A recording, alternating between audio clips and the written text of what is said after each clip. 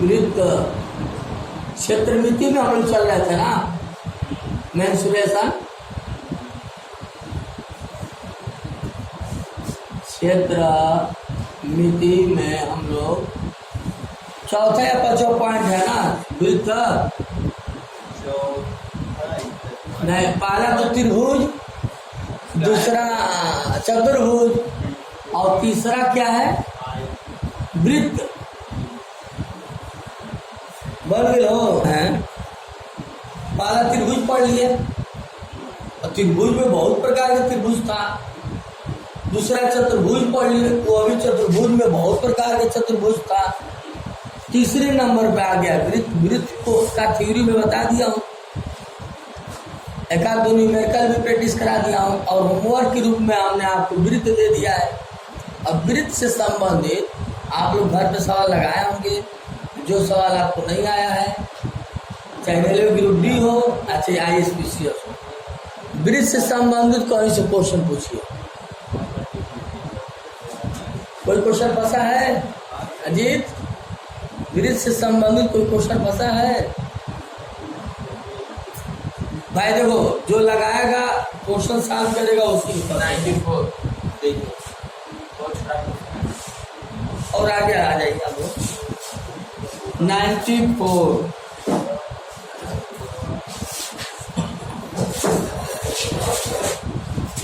देखिए, कोई भी क्वेश्चन छोटा नहीं होता है, वो छोटा देखने में लगता है लेकिन उसमें रहता है कुछ न कुछ टर्मिनोलॉजी, हाँ कुछ टर्मिनोलॉजी थीम उसका रहता है। लिख लीजिए, क्वेश्चन इनका है SSC स्नातक लेवल का है ये। हाँ तो हाई फाई रहता है, तो ये हाई से हो सकता ना है। देखिए, आप किसी अर्धवृत्त का परिमाप, क्वेश्चन पहला लिखिए, किसी अर्धवृत्त का परिमाप 36 सेंटीमीटर है,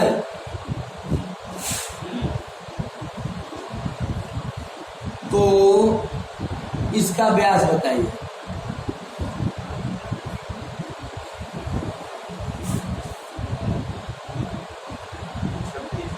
हाँ, ABCD 24, 22, 28, 24, 22, 28 नन। किसी अर्धवृत्त का परिमाप 36 सेंटीमीटर है, इसका व्यास बताइए। नन, अब देखा जाए क्या सही है। किसी अर्धवृत्त का परिमाप, देखिए मैंने बना दिया अर्धवृत्त। परिमाप का मतलब सभी भुजाओं का योग होता है, तो अर्धवृत्त, पहले अर्धवृत्त का परिमाप क्या होता है? पहले ये तो 2 पाई P बराबर पाई आर, वृत्त का परिधि 2 पाई आर होता है ना। रुक जाइए, हमारी बात सुनिए। वृत्त का परिधि 2 पाई आर होता है, लेकिन यहाँ से लेकर यहाँ तक अर्धवृत्त है, तो पाई आर हो गया। और ये क्या हो गया, ये AOB, ये त्रिज्या R है, ये भी त्रिज्या R है, तो R प्लस R हो जाएगा। नहीं समझा? यही थोड़ा सा टर्मिनोलॉजी है यहाँ पर, इसी टर्मिनोलॉजी को पकड़ना था। ये तो पाई आर हो गया, और ये R प्लस R है, ये पाई आर, तो इतना प्लस इतना प्लस इतना हो गया ना। और परिधि कितना दिया है? 36 दिया हुआ है ना, तो 36 देखिए, पाई आर प्लस 2R, 36 बराबर R कॉमन हो गया, यहाँ से और यहाँ से R कॉमन हो गया, 14 पाई प्लस 2, 14 तो नहीं है, 14 है। अच्छा ठीक है ना, अच्छा ठीक है, देखते हैं क्या सही है। 36 बराबर R की वैल्यू निकालना है, पाई की वैल्यू हो गया 22/7 प्लस 2, 36 बराबर 8 इंटू 7 14। 22 से 14 कितना होता है? 36। कट जाएगा, 7 बन जाएगा। हाँ सही कहा आपने, बिल्कुल सही दिमाग लगा है। 36 से 36 कट जाएगा, 8 बराबर 7 हो जाएगा। सही होता है, गुना होता है, यार सही 14। 8 बराबर 7, 7 दूनी 14 यानी 9। सही देखिए ना, बहुत हल्का सा टर्मिनोलॉजी था। व्यास आ जाएगा 14 सेंटीमीटर। एक बार हाथ से तब लगा कि लगा जब पैसे एक बार पता है परिमाप हुआ, मुझे कोई नहीं है। परिमाप को मतलब देखिए, ये पाई आर हुआ ना, हाँ पाइया अब प्लस आर, त्रिज्या आर और फिर प्लस आर, ये टोटली दिया है 36। चलिए नेक्स्ट, नोट किया है अमित? देखिए मैं जितना मेहनत कर रहा हूँ उससे दुगुना मेहनत करेंगे आप तब लाभ मिलेगा। हमारे बराबर मेहनत करें तो लाभ नहीं मिलेगा, और उससे दुगुना मेहनत करेंगे तब लाभ मिलेगा। देखिए मैं क्वेश्चन लिख रहा हूँ, फिर क्वेश्चन लिखने के बाद समझा रहा हूँ, फिर लिख रहा हूँ, लिखते हुए समझा रहा हूँ। ये डबल वर्क मैं कर रहा हूँ, आप भी डबल वर्क करें। कौन सा? 99 कहाँ 99 इसमें? 97 तक तो है बस। अच्छा, अगर दो वृत्तों का अनुपात 4 संबंध 9, ये पूछ रहे हैं आप, देख लीजिए। हाँ 99। अच्छा अब देखिए, अब आप लोग नोट करेंगे। नहीं तो हो गया ना, नहीं नोट करना है, चलो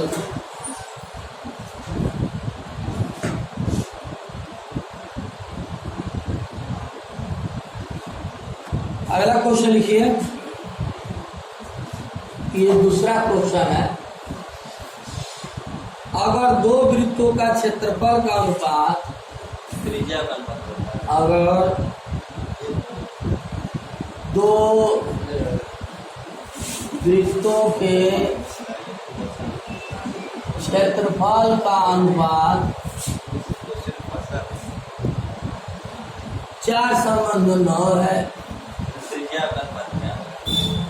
उनकी परिधि का अनुपात बताइए। परिधि का जी, उनके परिधि का अनुपात बताइए। उनके परिधि का अनुपात बताना है आपको।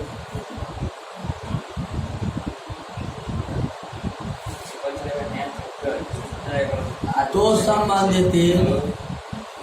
3 संबंध 2, 4 संबंध 9, 9 संबंध 4।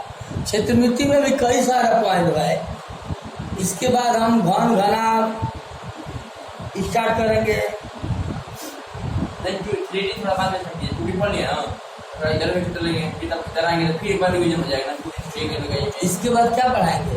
इसके बाद कल चलेगा सर जी, हम सोच रहे हैं चलिए तीसरा का अनुपात, क्योंकि हम भी देखते हैं ना पेपर परसेंटेज में ज़्यादा पूछता है।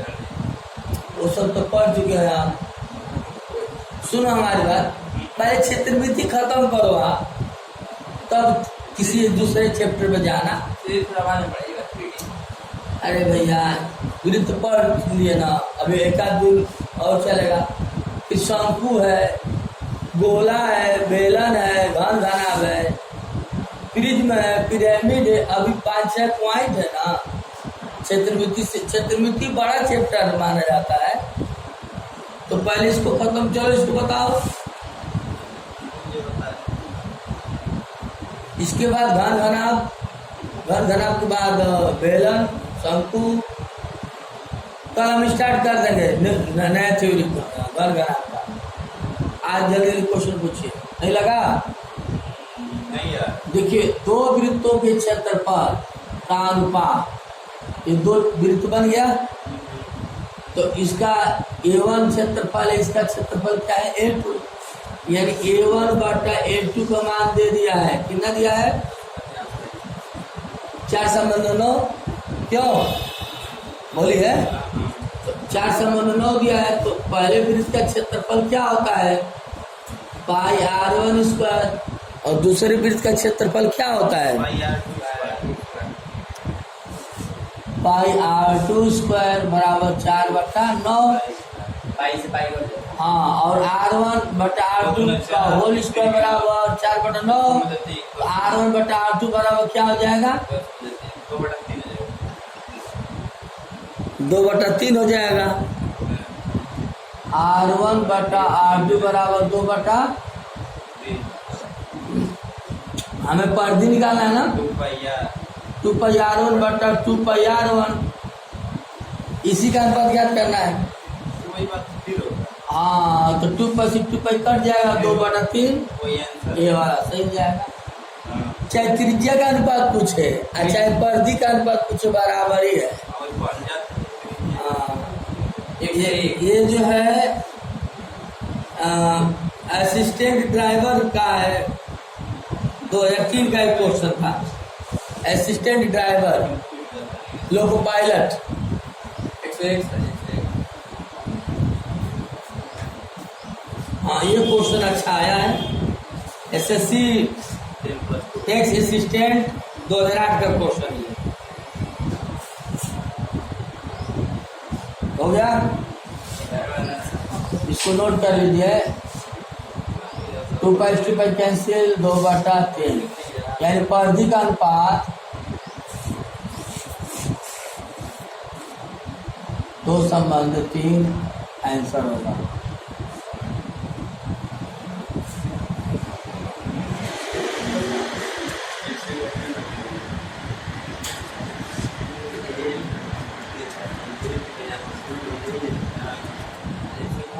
चलिए,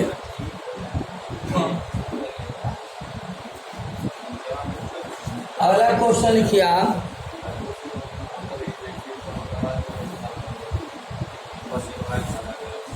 एक 101 वाला क्वेश्चन पूछा है।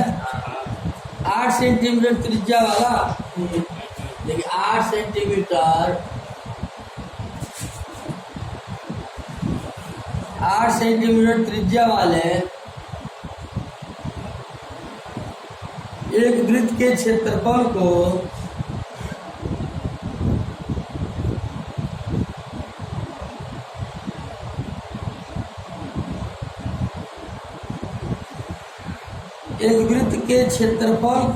दो संकेंद्री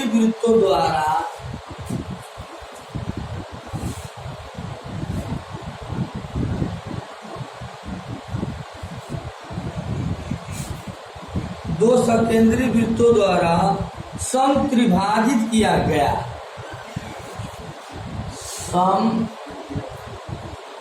समत्रिभाजित किया गया है।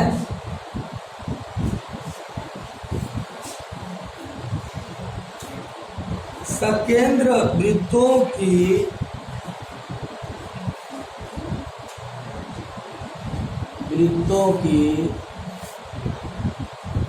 त्रिज्याओं का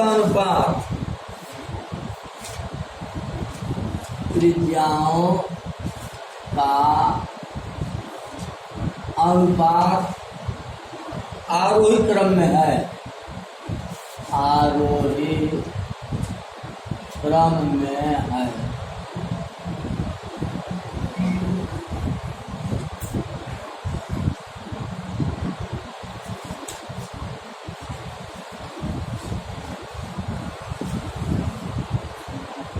एक संबंध, 2 संबंध, 3। वैसे ऑप्शन की जरूरत नहीं है, आप हल करके ही ऑप्शन को क्लियर करेंगे ना। इसमें ऑप्शन की जरूरत नहीं है। चलो वैसे भी नहीं भूल जाऊँ। आरोही माने हाँ बढ़ता हुआ क्रम, पहले छोटा, फिर उससे बड़ा, फिर उससे बड़ा, फिर सबसे बड़ा। सीढ़ी पर चढ़ाना आरोही, सीढ़ी से उतरना अवरोही। ठीक है ना। सवाल एक बार मिला ले, समझ लीजिए आप लोग। 8 सेंटीमीटर त्रिज्या वाले एक वृत्त के क्षेत्रफल को दो सकेंद्रीय वृत्तों द्वारा समत्रिभाजित किया गया है। 8 सेंटीमीटर त्रिज्या वाले एक वृत्त के क्षेत्रफलों को दो सकेंद्रीय सकेंद्रीय, समझिएगा, केंद्र से बनाया गया तो हाँ, बिल्कुल सही, बिल्कुल सही। दिख गया कि नहीं दिख गया? पहले का क्षेत्रफल ये R1 है, ये त्रिज्या R2 है, ये त्रिज्या क्या है? R3 है। इसका पहले का क्षेत्रफल क्या है? A1 है, दूसरे का क्षेत्रफल क्या है? और तीसरे का क्षेत्रफल A3 है। ये तीसरा है ये, और ये क्या है? और बीच वाला पहला है। तो आप सबसे पहले करेंगे क्या? पहला, दूसरा, तीसरा निकालेंगे क्षेत्रफल। त्रिज्याओं का अनुपात पूछा है, तो पहला, दूसरा, तीसरा के 8 सेंटीमीटर त्रिज्या वाले एक वृत्त के क्षेत्रफलों को दो सकेंद्रीय वृत्तों द्वारा समत्रिभाजित किया गया है।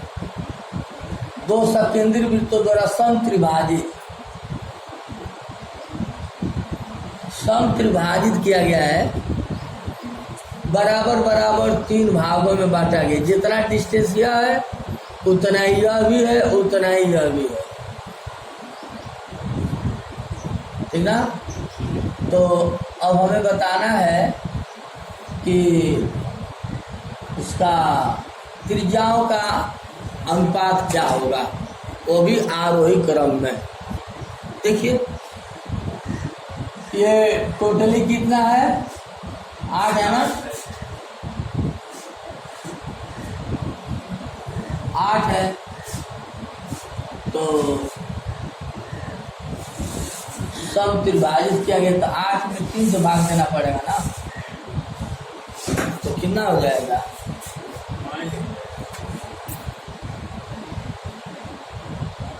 पहला टोटल डिस्टेंस कितना है? 8 है, तो ये 8/3, ये भी डिस्टेंस 8/3 होगा, ये भी डिस्टेंस 8/3 होगा। तो पहला डिस्टेंस कितना होगा? पहला वृत्त की त्रिज्या, और ये 8/3, ये भी 8/3, दूसरे वृत्त की त्रिज्या 16/3 हो जाएगा, और तीसरा तो 8 है, यही है। चलिए पहले का क्षेत्रफल निकालिए। पाई R1 स्क्वायर होता है ना, तो पाई 8/3 का होल स्क्वायर कितना हो जाएगा? 64, हाँ 64 पाई/9 हो जाएगा। हाँ, दूसरा निकालिए। पाई इंटू 16/3 का होल स्क्वायर 256 पाई/9 सेंटीमीटर स्क्वायर। तीसरा निकालिए। 64।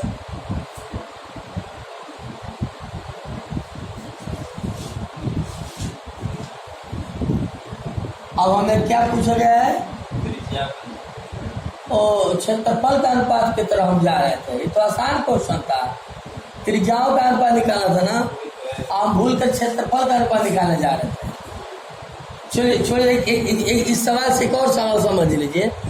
अगर क्षेत्रफल का अनुपात पूछता तो अब क्या करते आप? इसका इतना अनुपात इतना कर देते आप, लेकिन हम लोग क्षेत्रफल का अनुपात नहीं पूछा है, त्रिज्या का अनुपात पूछा है। तो आसान सवाल था, हटा दी इसको ना। अगर क्षेत्रफल का अनुपात पूछता तो आप क्षेत्रफल निकाल के अनुपात लगा देते। छोड़िए, इसको नहीं लगाना था, अभी को मैं देखा हूँ। त्रिज्या का अनुपात ज्ञात करना है, तो R1 संबंध है, R2 संबंध है, क्या हो जाएगा? 8/3,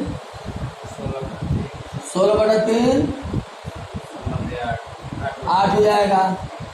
अब 3 सब में गुणा कर दीजिए 3 से, भिन्नात्मक अनुपात से सीधा अनुपात हो जाएगा। 8 हो जाएगा, 16 हो जाएगा, और 8 तरीके कॉमन क्या है? 8 कम 8, 8 दूनी 16, 8 3 24, पाला सही हो जाएगा। हम क्षेत्रफल का अनुपात निकालने लगे, फिर देखें नहीं तो त्रिज्या का अनुपात निकालना है। लेकिन ये मत समझिए क्षेत्रफल का भी अनुपात पूछा जा सकता है। छोड़ जितना पूछ रहा है उतने के जवाब दीजिए आप। चलिए और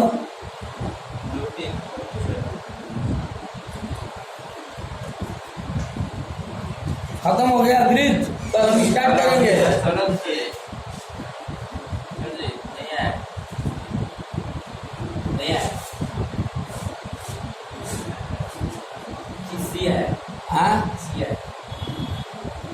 आंसर सी है।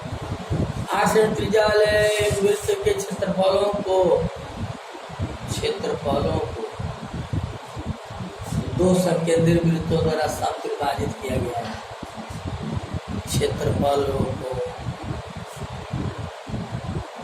अच्छा, तो क्षेत्रफलों को समविभाजित किया गया है। लग रहा है वही रास्ता पकड़ना पड़ेगा। देखिए गलत में कर दिया। क्षेत्रफल पहले निकालिए बड़े वाले का। हाँ, क्षेत्रफल निकालिए पाई आर स्क्वायर ना। तो 64 पाई हो गया। 56 पाई बटा 3। नहीं, अब इसको त्रिभाजित करना है ना। इसी को 3 से भाग करिए, कितना हो जाएगा?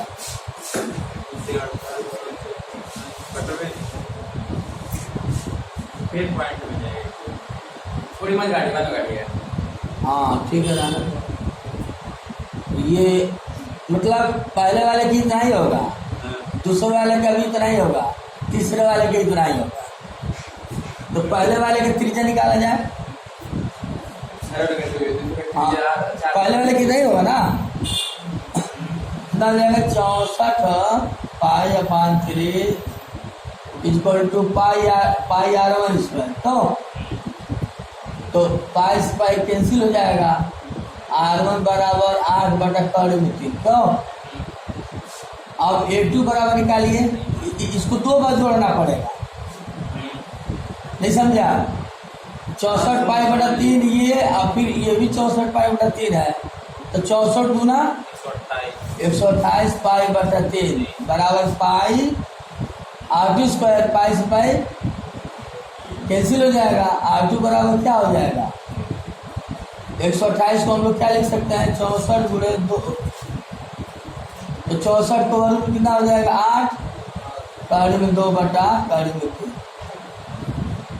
तीसरे वाले की निकालिए। तीसरे वाले तो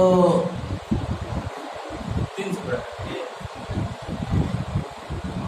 पहले वाला त्रिज्या निकल गया ना, ये दूसरे वाला त्रिज्या निकल गया ना। हाँ,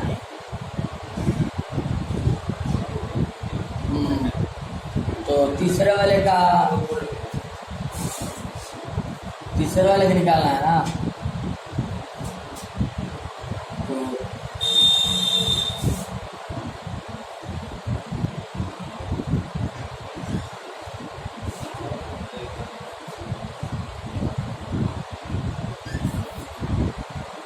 तो R1 का निकल गया ना, R2 का निकालना पड़ेगा।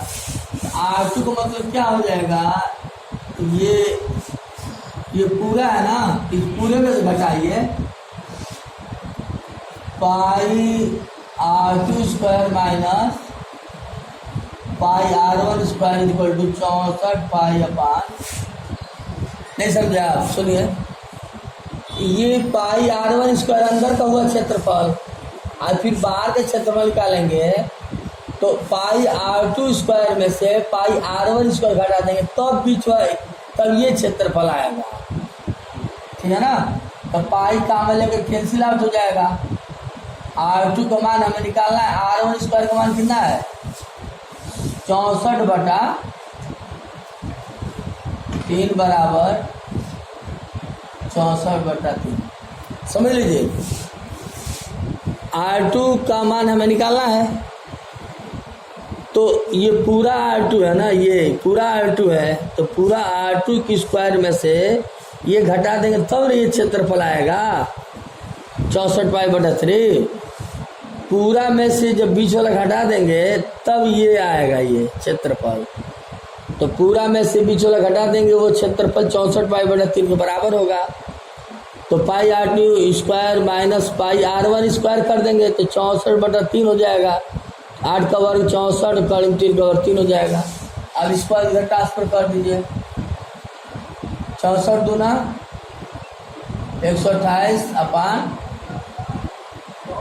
ये 2 गुणे 64 को स्क्वायर हटाएंगे तो करीब आ जाएगा। तो 64 को चलो 8 करीब 2/3 और R3 तो मालूम ही है, R3 8 ही है। अब हमें क्या ज्ञात करना था? त्रिज्याओं का अनुपात। यहाँ पे देख लीजिए। तो R1 संबंध R2 संबंध R3। R1 का मान कितना है? 8/3। R2 का मान कितना है? ये 8 करीब है, ठीक है ना। अब सब में क्या कर देंगे? 8 हटा दीजिए। सभी अनुपात में अगर सेम रहता है तो उस कॉमन पोर्शन को हटा देते हैं। 1/3, करीब 2/3। अब सब में कड़ी में 3 से गुणा कर दीजिए तो क्या हो जाएगा? कड़ी में 3 1 हो जाएगा। और ये क्या हो जाएगा? कड़ी में 2। ये सही है। बहुत आसानी क्वेश्चन था, हम लोग झेल गए। एक बार फिर समझ लीजिए। 8 सेंटीमीटर त्रिज्या वाला है नैया, और इसको क्या किया गया है? 2 सकेंद्री वृत्तों में समत्रिभाजित किया गया है। तो पहले काम करिए कि 8 का वर्ग πr², पहले पूरे के क्षेत्र में निकाल लीजिए। 64 पाई आया, पूरे के क्षेत्र में कितना है? 64 पाई। अब उसको समत्रिभाजित कर दीजिए तो अंदर वाले के क्षेत्र में कितना हो गया? 64 पाई। फिर इसका क्षेत्रफल कितना है? 64 पाई। फिर इसका क्षेत्रफल कितना आया? 64 पाई। अब इसका क्षेत्रफल निकालिए। A1 बराबर 64 पाई है, ये 64 पाई, ये पॉइंट। तो 64 π/3 = πr1²। तो पाई से पाई कैंसिल हो जाएगा। R1 बराबर 64 का वर्ग 8 और 3 का वर्ग करीब 3 हो जाएगा। अब यही थोड़ा सा दिमाग लगाना था। अब ये जो देख रहा है ये कितना आया है? इसका क्षेत्रफल 64/3, ये भी 64/3। तो πr2 के वर्ग में से πr1 का वर्ग घटा देंगे तब इसका क्षेत्रफल आ जाएगा। ये इसके क्षेत्रफल में से ये पूरा वाला क्षेत्रफल में से अंदर वाले क्षेत्रफल घटा देंगे तब ये क्षेत्रफल आ जाएगा। तो वही πr2² माइनस πr1² = 64/3। ये 64/3 ही ना है। तो पाई कामा लेकर पाई कैंसिल हो गया। r2² माइनस r1² का मान कितना हो जाएगा? 64/3 हो जाएगा। 8 का वर्ग हो जाएगा 64 और करीब 3 का वर्ग हो जाएगा 3 और ये हो जाएगा 64/3। इसको उधर भेज दीजिए। तो R2 बराबर क्या हो जाएगा? 2 गुणनफल 64/3। स्क्वायर हटा देंगे तो करीब हो जाएगा। तो 64 का वर्गमूल कितना हो जाएगा? 8 हो जाएगा। और 2 का वर्गमूल करीब में 2 और 3 का वर्गमूल करीब में 3। और ये तो मालूम ही है 8 सेंटीमीटर। अब क्या कर देंगे? R1 का मान मालूम, R2 का मान मालूम और R3 का मान 8 मालूम ही है। अब R1 संबंध R2 संबंध R3 लगा दीजिए। R1 का मान कितना? 8/3। R2 का मान कितना आया है? 8 कड़ी में 2/3 और R3 का मान 8 है, यही है। अब सब में सभी अनुपात में 8 8 8 कॉमन है। कॉमन पोर्शन को हटा दीजिए। 1/3, करीब 2/3, फिर 1 हो गया। अब सभी अनुपात में करीब 3 से गुणा कर दीजिए। इसमें भी करीब 3 से गुणा, इसमें भी करीब 3 से गुणा, इसमें भी करीब 3 से गुणा। एक बड़ा करीब 3 में जब करीब 3 से गुणा करेंगे तो करीब 3 अंश में और करीब 3 हर में कैंसिल हो जाएगा, एक बच जाएगा। इसमें भी गुणा कर देंगे करीब 3 में तो करीब 3 अंश में आएगा, करीब 3 एक घर में है वो कट जाएगा, करीब 2 बच जाएगा। एक में करीब 3 से गुणा कर देंगे तो करीब 3 रह जाएगा। यानी R1 संबंध R1 संबंध R2 संबंध R3 एक संबंध करीब 2 संबंध करीब में 3 आंसर होगा। नोट कर लीजिए।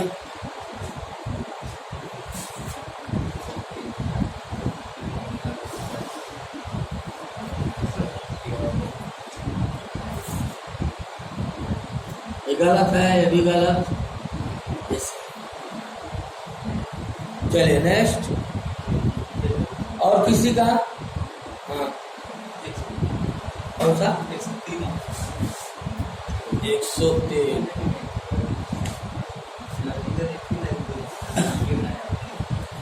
ये भी है SSC 2011 क्वेश्चन है। हाँ, SSC स्नातक लेवल। हाँ, SSC स्नातक लेवल थोड़ा टेढ़ा होता है, लेकिन देखिए अगर आप SSC स्नातक लेवल का मैथ, रीजनिंग, इंग्लिश, हिंदी सारा चीज तैयार कर लेंगे तो आपको सिलेक्शन होना ही होना है। भाई बड़े लेवल की तैयारी रखते हैं आप तो छोटा लेवल, जिस छोटा लेवल हुआ रेलवे ग्रुप डी हुआ, SSC GD हुआ, क्यों बड़े लेवल पर अगर आप तैयारी कर रहे हैं तो छोटा लेवल तो आराम से निकल जाएगा। क्वेश्चन लिखिए। यदि 3 सेंटीमीटर त्रिज्या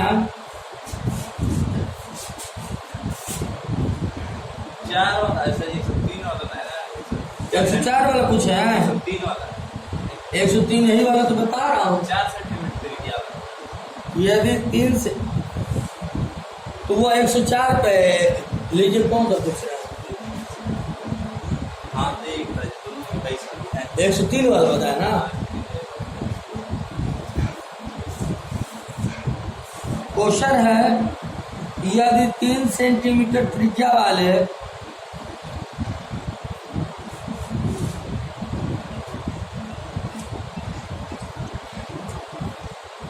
यदि 3 सेंटीमीटर त्रिज्या वाले 4 बराबर वृत्त, 4 बराबर वृत्त एक दूसरे को बाहर से स्पर्श करते हैं